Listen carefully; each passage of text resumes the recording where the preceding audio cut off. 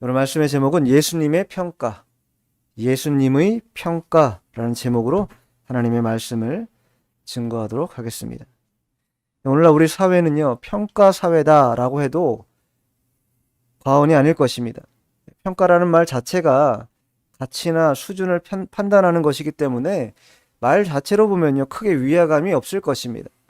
근데 문제는 이 평가를 바탕으로 해서 사람들의 혹은 어떤 환경의 등위를 결정하는 그러한 일들이 현재의 사회에서 벌어지고 있는 일반적인 그런 일들이라는 것입니다.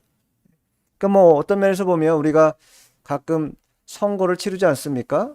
국가를 경영할 수 있는 좋은 지도자를 선택하기 위해서 선거를 하는데, 그러한 선거를 할 때 그러한 그 평가하는 거 아니겠습니까? 어떠한 후보자가 우리에게 적합할 것인가? 그러니까 그 평가라는 것은 우리의 대표성, 국민의 대표성을 위하는 것이기 때문에 별반 그런 큰 차이가 없을 것입니다. 즉, 대표성이나 변별력을 위해서 평가하는 것은 그리 나쁜 일이라고 우리가 판단하지 않을 것입니다. 그런데 그 문제는 뭐냐면, 평가라고 하는 그 가치 판단 속에 어떠한 것들이 숨겨져 있는가 하면, 첫 번째는요, 과도한 경쟁이 숨겨져 있다는 거예요. 어쨌든 좋은 평가를 받으려면 A라는 사람이 B라는 사람을 이겨야 된다는 거예요. 그렇지 않으면은 좋은 평가를 못 받기 때문에 뒤에서는 암묵적으로 굉장히 과도한 경쟁이 나타날 수밖에 없다라는 것입니다. 두 번째는 상대평가라는 것이, 그러다 보니 상대평가를 통해서 어떤 사람은 우등이 되고 어떤 사람은 열등이 된다라는 거예요. 본의 아니게 우등과 열등으로 갈라지면서 굉장히 위축되는 그런 일들이 우리의 마음 가운데 나타난다라는 것입니다. 근데 이러한 이 평가, 가치, 이런 것들을 펼쳐놓고 지금 평가하는 그런 장소가 있습니다. 어디냐면요, SNS입니다. SNS는요, 자신의 평가받고자 하는 그러한 많은 사람들이 그 SNS를 통하여 자신의 삶을 드러내기도 하는데, 대표적으로 여러 가지가 있습니다. 그 가운데 어떤 사람이 이런 식으로 좀 극단적이긴 한데, 현대인의 7가지 죄악이다 이렇게 말했습니다. 그리고 7가지 죄악을 뭐로 나열했냐면 SNS로 다 나열했어요. 7가지를 나열했더라고요. 다 말씀드릴 수는 없으니까 여러분 한 가지만 말씀드리면, 유튜브 요즘 많이 하시죠? 저희 교회도 실시간 방송하려고 유튜브를 사용하게 되는데, 유튜브라는 것이 좋은 면도 분명히 있습니다. 그런데요, 좋은 면보다 제가 사용하고 직접 저도 해보니까 좋지 않은 면이 훨씬 더 많다라는 거예요. 여러분 그 유튜브에 쇼츠라는 거 아시죠? 15초라든가 30초 아주 짧은 거, 그거 한번 키면요 어떻게 됩니까? 하나만 보나요? 15초 30초짜리를요 계속 봅니다. 제가 금요일날 청년 수련회 가서 말씀 증거하면서 이 얘기 잠깐 나눴는데, 청년들한테 물어보니까 쇼츠 한번 보면요 30분 1시간 훌딱 간다라는 거예요. 보려고 한 게 아닌데 그걸 한번 여는 순간 거기 완전히 집중돼 가지고 30분이고 1시간을 지나가 버리는 그런 경험을 다 했다라는 거예요. 그럼 무엇을 잡아먹는 것입니까? 우리의 시간을 다 잡아먹는 것이에요. 내가 원하지도 않았고 그런 방향으로 살려고 하지도 않았는데 한번 여는 그 순간 거기서 빠져나오지 못하는. 그래서 예전에 맨유 감독이었는데 알렉스 퍼거슨 감독이 뭐라고 말했냐면, SNS는 인생의 낭비다 이렇게 정의했어요. 평가라는 게, 그 SNS상의 평가라는 게 뭐냐면요, 다 상대평가라는 거예요. 해외여행을 가지 못하는 나의 이 비참한 현실을 통해서 낙심하게 되고, 저 많은 사람들은 무슨 돈이 있길래 저렇게 화려하고 아름답고 멋진 곳에서 그렇게 이런 일들을 벌이고 그렇게 사진을 올리고 영상을 올릴 수 있는가 의아해하는 것이죠. 그런 상대적인 평가가 계속되면서 사람들이 고립되고 만다라는 거예요. 그러면 그 상대평가라는 게 내가 조금 있다고 해서 그게 내가 월등한 지위에 있다고 말할 수 있습니까? 그보다도 훨씬 더 많은 그런 재력과 학력과 또 능력을 가진 사람이요 너무나 많은 것입니다. 그럼 그렇다면 그런 사람들과 항상 비교하다 보면 우리는 박탈감에 아무것도 할 수 없을 것입니다. 그래서 이런 상대평가를 하는 것을 우리 주님이 원치 않는다라는 거예요. 우리 주님은 우리 존재 자체로 평가한다라는 거예요. 절대평가하시는 분이라는 거예요. 우리 존재. 여러분, 이 지구상에 거의 78억, 거의 80억 가까이 되는 인구가 있습니다. 근데요, 나라는 사람은요, 아무도 없어요. 똑같은 사람이. 그렇게 수많은 80억이나 되는 사람들 가운데 나라 서로 비교하면서 상대평가해서 그렇게 너희의 그 자존감을, 너희의 그런 인격을 무너뜨리지 말라고 그렇게 하셨다라는 거예요. 근데 우리는 그러한 일들을 잘 모르는 것이죠. 그래서 자꾸 다른 곳에 신경을 쓰고 다른 것에 목을 매는 경우가 너무나 많습니다. 오늘 본문은요, 예수님께서 열무나 비유를 통해서 신앙자들이 가져야 할 평가의 기준을 말해주고 있습니다. 열무나를 어떻게 나눠줬어요? 똑같이 한 문화씩 다 나눠줬어요. 10사람에게. 이런 일들을 통해서 예수님께서는 과연 어떠한 평가를 하시는지 우리가 본문 11절 한번 읽어보죠. 11절 시작. 그들이 이 말씀을 듣고 있을 때에 비유를 더하여 말씀하시니 이는 자기가 예루살렘에 가까이 오셨고 그들은 하나님의 나라가 당장에 나타날 줄로 생각합니다. 그들이 이 말씀을 듣고, 여기 그들이라는 건요, 그 위에 보면 1절부터 10절까지 무슨 내용이냐면 삭개오에 대한 내용입니다. 삭개오가, 그리고 그 많은 사람들이 삭개오가 구원받는 놀라운 광경을 다 봤어요. 그리고 난 다음에 오늘 이 비유의 내용이 이어진다라는 거예요. 삭개오 집에 모인 많은 사람들, 그 많은 사람들에게 예수님이 다시 비유로 지금 설명하고 있다라는 거, 말씀하고 있다라는 거예요. 뭐라고 말씀하셨냐? 자기가 예루살렘에 가까이 오셨다. 예수님께서 예루살렘에 가까이 오신 것이죠. 여리고를 지나서 이제 예루살렘에 올라가는 길이었기 때문에, 그렇다면 예수님이 예루살렘에 가까이 가셨다라는 건 이제 곧 예수님께서 십자가의 대속을 통해서 구원의 완성을 이루기가 임박한 그러한 때라는 것을 암시하는 것입니다. 그러한 때, 즉 예수님이 이 지상 사역을 마치고 이제 천상으로 올라갈 그런 시점이라는 거예요. 얼마 안 남겨뒀다라는 거예요. 그런데 그 시점에 당장에 나타날 줄로 생각했다. 당장에 나타날 줄로. 예루살렘으로 올라가는 예수님을 보면서, 아, 이제야 비로소 이 이스라엘이 로마의 압제에서 벗어나서 정치적으로 종교적으로 해방되어서 완전한 하나님의 나라를 이 땅에 세울 날이 멀지 않았다라고 군중들이 뭐한 거예요? 새롭게 다윗 왕 때와 같은 그런 번영의 나라로 세울 것이라는 그런 간절한 기대감에 목말라 있던 사람들입니다. 그러니까 그 사람들이 오해한 것이죠. 근데 이런 인식은요, 비단 군중들만의 인식이 아니었다라는 거예요. 제자들도 그러한 인식을 벗어나지 못했는데, 사도행전 1장 6절 7절에 보면요, 그들이 모였을 때 예수께 여쭈어 이르되 주께서 이스라엘 나라를 회복하심이 이때니까 하니, 제자들도 예수님께 묻는 거예요.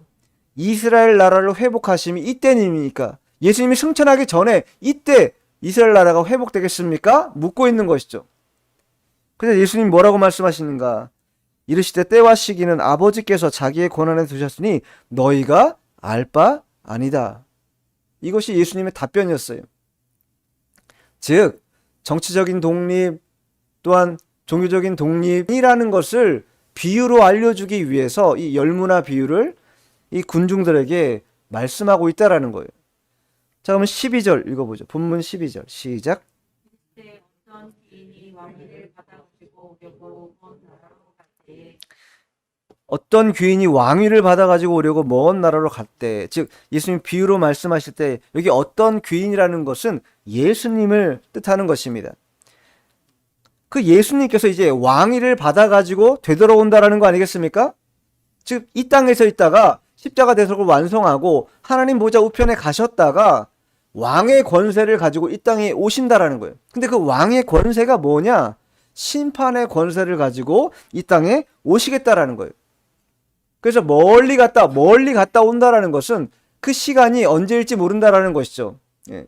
멀리 갔다가 왕의 권세를 가지고 이 땅에 오실 때, 즉 재림 떠나시기 직전에 종들에게 은화를 주면서 뭐라고 말씀하시는가? 자, 13절, 14절 읽어보겠습니다. 시작. 그 종들을 불러 은하열 은하를 주며 이르되 내가 돌아올 때까지 장사하라 하니라. 그런데 그 백성이 그를 미워하여 사자를 뒤로 보내어 이르되 우리는 이 사람이 우리의 왕됨을 원하지 아니하나이다 하였노라.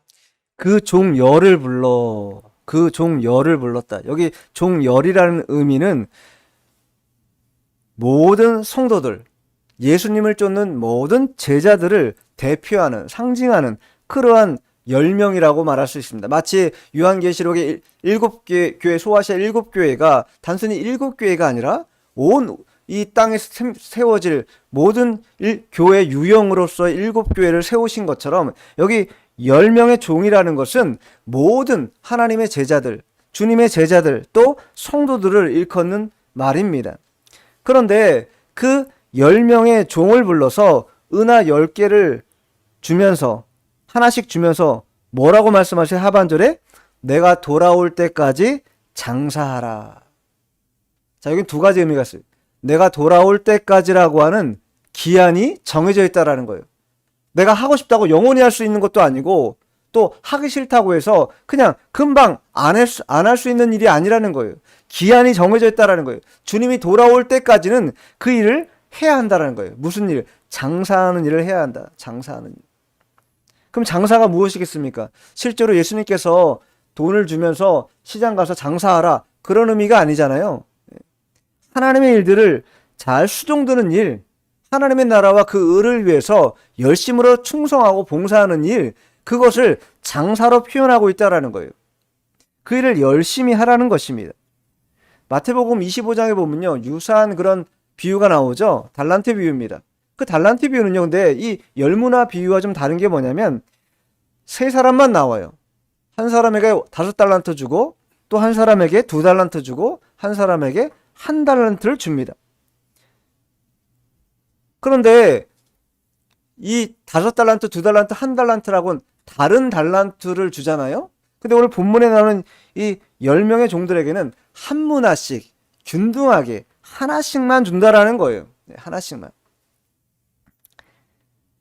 그러니까 두 비유의 차이점이 뭐냐 이렇게 말할 때 달란트 비유라는 것은 재능과 소명과 은사 이런 것들이 하나님을 다 다르게 줬다라는 거예요. 사람만 주셨다면 어떤 사람은 또 그런 것은 없지만 다른 것, 그와 다른 또 다른 어떤 그런 능력과 은사와 그런 일들을 주셨다라는 거예요. 그런 은사가 다 다르다라는 것을 달란트 비유를 통해서 우리에게 말씀해 주신다면 이 문화 비유는요. 동일하게 구원받은 백성들, 동일하게 구원받은 성도들에게 하나님이 한 문화씩 줬다라는 거예요. 그것도 뭐냐? 재능이죠. 혹은 시간이죠. 활용했는가? 어떻게 활용하고 적절하게 사용했는가를 보시겠다라는 거예요. 그래서 굳이 좀 나눈다면 달란트 비유가 능력 평가 기준이라고 한다면 이 열무나 비유는요. 태도 평가라고 말할 수 있다라는 거예요. 태도를 보겠다라는 거예요. 구원받은 백성으로서 하나님의 은혜를 받고 우리가 알게 모르게 하나님 우리에게 주신 은사와 달란트가 있는데 그것을 어떻게 사용하는지 그 자세와 태도를 보고자 주인이 왕위를 받아서 문화를 준 종들이 각각 어떻게 농사했는지를 알고자 하여 귀인이 왕위를 받아가지고 돌아와서 은하를 준 종들이 각각 어떻게 장사했는지를 알고자 하여 즉 하나님이 다시 돌아오는 그날에는요 하나님께서 어떻게 장사했는지 결산을 반드시 한다라는 거예요. 그냥 넘어가시는 일이 없다라는 거예요.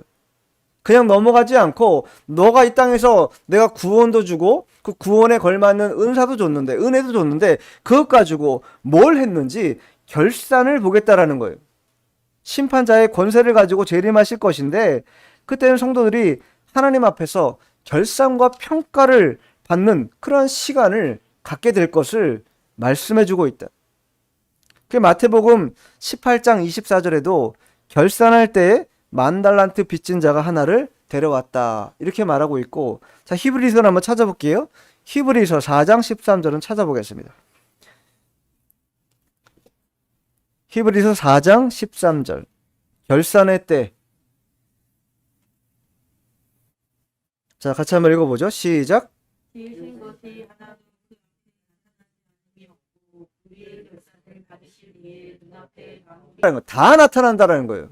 숨길래야 숨길 수 없고 드러나지 않을래야 드러나지 않는 그런 일이 없다라는 거예요. 그리고 그것을 바탕하여서 결산을 받으시겠다. 이게 주님의 평가 기준이라는 거예요. 결산을 받겠다. 그게 얼마나 어떤 면에서는 혹독한 것이냐면 마치 만물이 벗겨진 것 같은, 우리가 벌거벗겨지면 얼마나 부끄럽습니까? 그러한 드러남이 우리에게 마지막 때에 되면 일평생 행한 일, 그 모든 선악간에 행한 모든 일들 다 평가받고 심판받게 된다라는 거예요. 그럼 어떤 것이 있겠습니까? 어떤 것은요, 좋지 않은 것입니다. 은밀히 지은 죄악들, 그것들은요, 숨길 수 없습니다. 모든 것이 다 드러나게 돼 있어요. 자, 어디서 증거하는가? 전도서 12장 14절.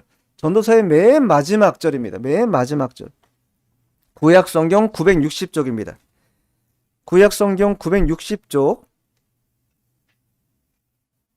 전도서 12장 14절. 자, 같이 한번 읽어보겠습니다. 전도서 12장 14절. 시작.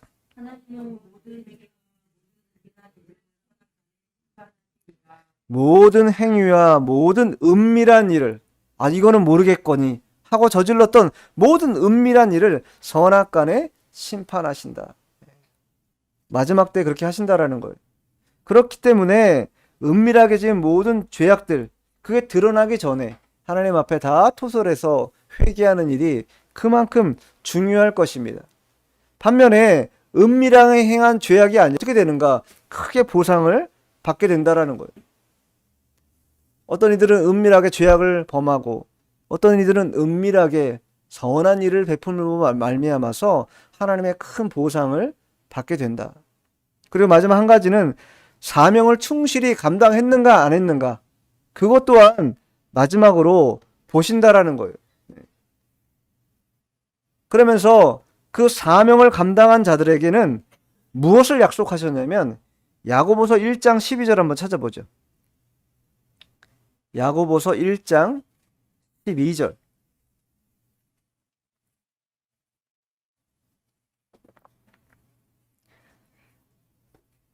같이 읽겠습니다. 시작. 시험을 참는 자는 복이 있나니 이제 시련을 견디는 자. 예, 생명의 면류관을 얻을 것이다. 그런데 얻으려면 뭘 해야 된다는 거예요? 시험을 참는 자, 시련을 견디는 자가 이나 환난, 이런 것들을 의미하는 것입니다. 그러니까 신앙생활 하다 보면 이 땅에서 하나님의 일들을 잘 감당하려고 하다 보면 여러 가지 방해도 받고 힘든 일이 찾아오기 접는다면 그것은 생명의 끝까지 참아내고 열심을 다해서 감당하는 그런 일이 우리에게 요구되고 필요하다. 자, 그러면 장사를 어떻게 했는가 예수님이 평가하는데 본문 돌아와서 16절 17절 읽겠습니다. 16, 17 시작. 그 첫째가 나와 이르되 주인이여 당신의 한 문화로 열 문화를 남겼나이다. 주인이 이르되 잘하였다 착한 종이여 내가 지극히 다른 것에 충성하였으니 열 고른 것들을 찾아라.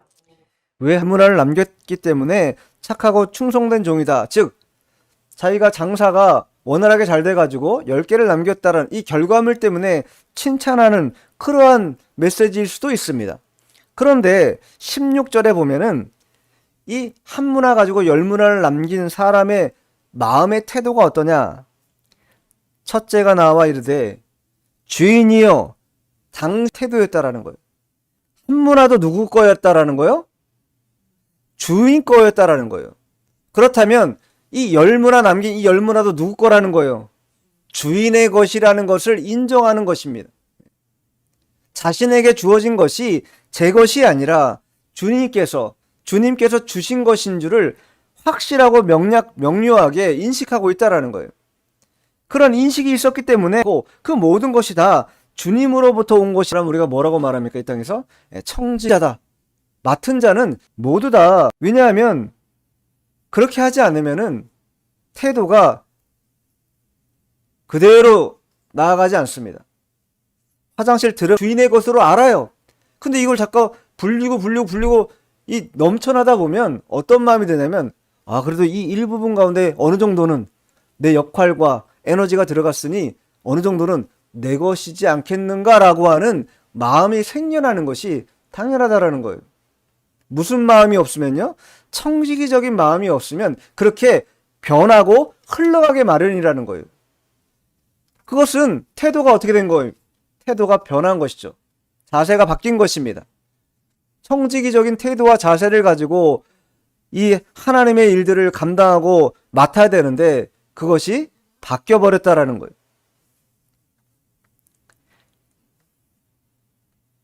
종이라는 것은 주인의 지시를 따라서 행하는 자들입니다. 노예예요.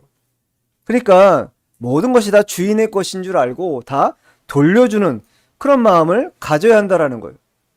그러면 여기 주인, 이 종이 자신의 것이라고 생각하지 않고 다 돌려줬습니다.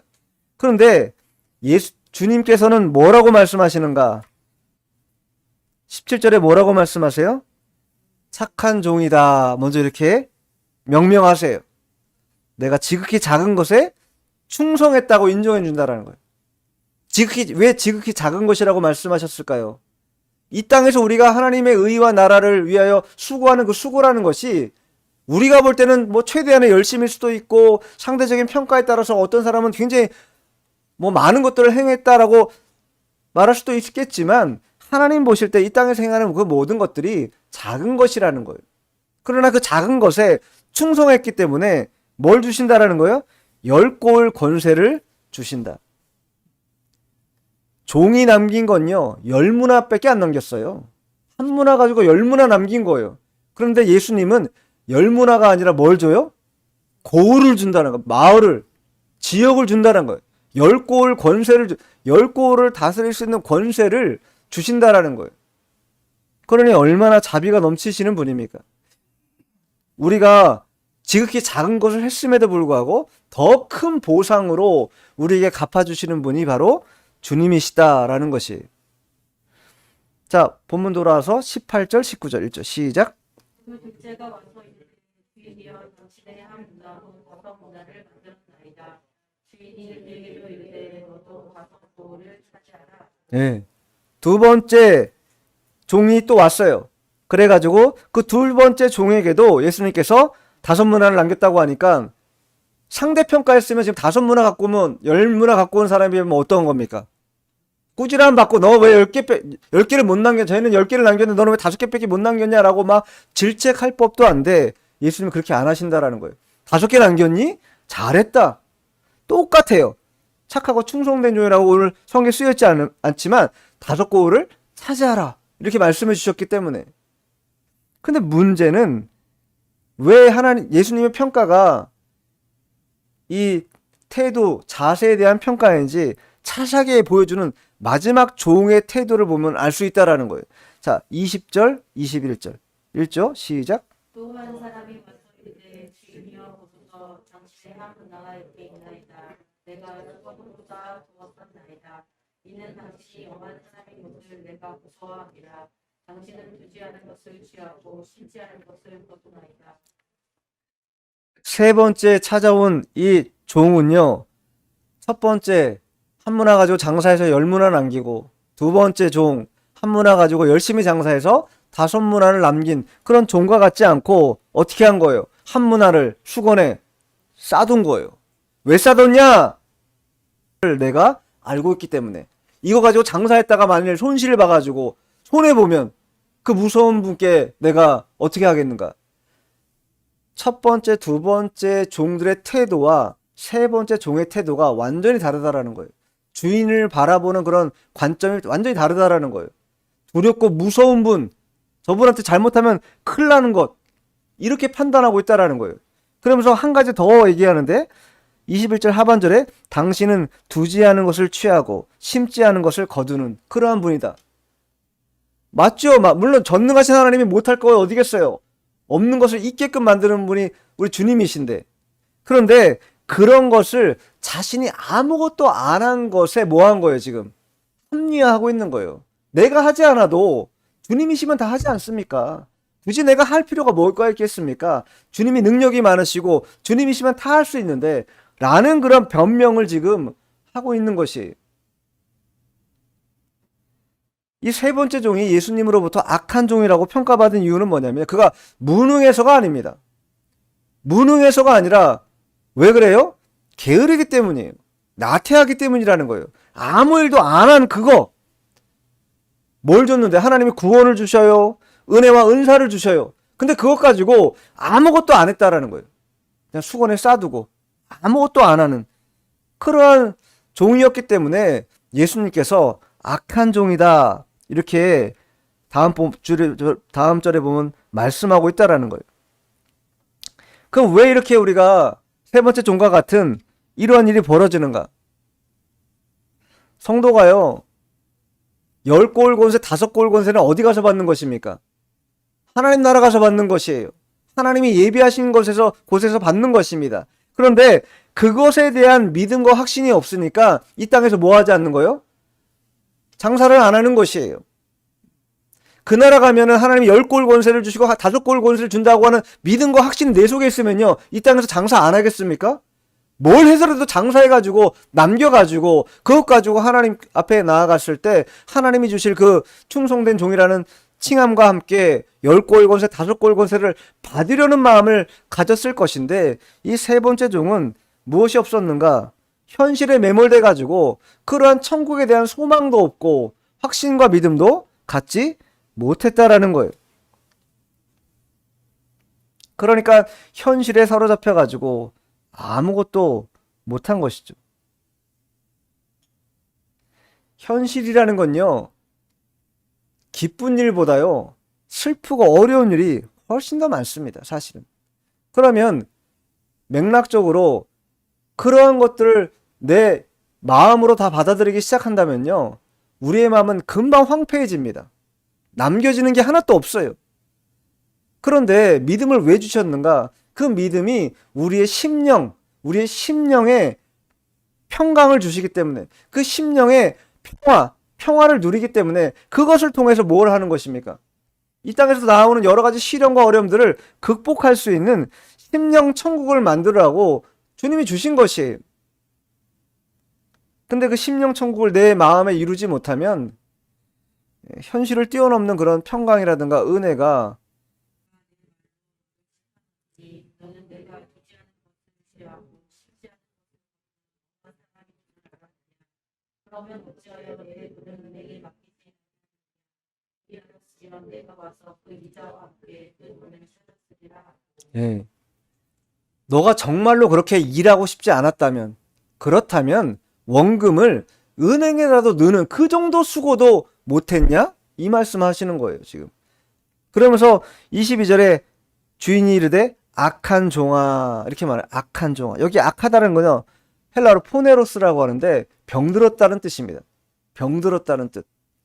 영혼이 병들어가지고 잠들은 상태라는 거예요. 아무것도 할 수 없는 무기력한 상태. 하나님의 나라와 그 의를 위해서 어떤 것도 할 수 없는 그런 상태에 빠져 있는 것. 하나님의 뜻을 깊이 상고하려고 하지도 않고 하나님께 충성하지 못하고 도리어 불충성하는 그런 일들을 계속 행함으로 말미암아 이 세 번째 종은 어떻게 평가받았습니까? 악한 종이라 이렇게 평가받았어요. 근데 성경 보십시오. 이 세 번째 사람을 뭐라고 말씀하고 있냐면 이 한 문화로 10문화 남긴 사람은요, 첫 번째다 이렇게 말했습니다. 한 문화 가지고 5문화 남긴 사람에게는 18절에 보면 그 둘째가 왔다 이렇게 말씀했어요. 그런데 그런 과정으로 보면 이 악한 종이라고 해도 세 번째가 와서 이렇게 얘기할 법도 하는데 주님이 뭐라고 말씀하셔요? 20절에 보면 또 한 사람이 와서 마치 자신의 사람이 아닌 것처럼 그런 식으로 지금 말씀하고 있다라는 거예요. 태도를 다 아시는 것이죠. 어떠한 자세로, 어떠한 마음으로 그 일을 감당하고 있는지 잘 알고 있다라는 거예요. 자, 24절부터 26절까지 읽겠습니다. 시작. 곁에 서 있는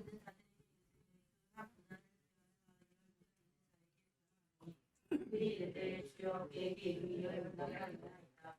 주인이 이르되 내가 너희에게 말하노니 물을 있는 자는 받겠고 없는 자는 그 있는 것도 빼앗기리라.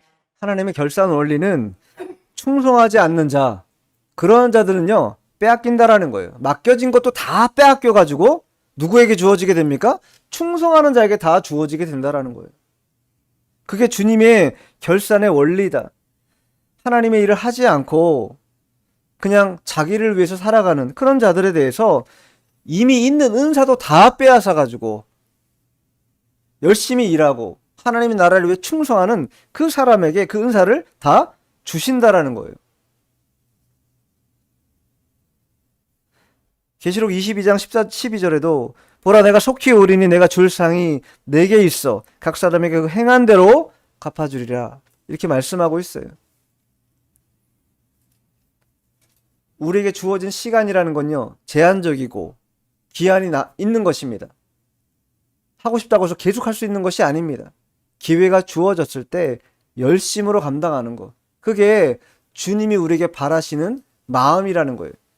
그리고 이 땅에서 우리가 결산을 받을 그러한 때에 주님의 평가에서 우리가 상대평가 받는 거 아닙니다. 세상 사람들처럼 상대평가 받아가지고 넌 왜 덜 남겼냐 더 남겼냐 그걸로 평가하지 않는다라는 거예요. 충성됐냐 게을렀냐 그 마음의 상태를 주님이 보시고 평가한다라는 것. 그런데 주님을 모르는 자들에 대해서 어떻게 말씀하시는가? 자, 마지막 27절 읽죠. 시작. 그리고 내가 왕됨을 원하지 않으면 저 원고들을 이리로 끌어다가 에서 죽이라 하였느니라. 예, 왕됨을 원하지 않는 자들이 누구겠습니까? 주님을 영접하지 않는 자들, 주님을 따르지 않는 자들이겠죠.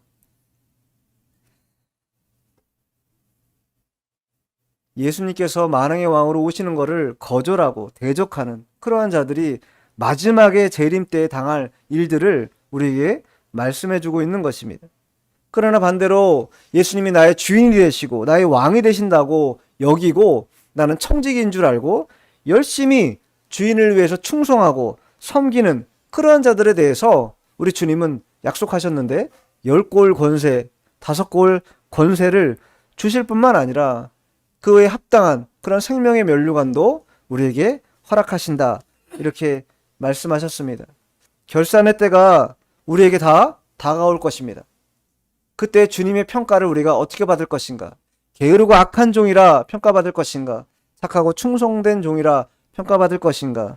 우리의 태도, 우리의 자세에 달려있다. 악한 종이라고 책망받는 일 없도록 언제나 주어진 시간과 또 능력 범위 안에서 하나님 나라와 그를 위해서 충성하는 그런 착하고 충성된 종들이 되어야 되겠습니다. 기도하겠습니다.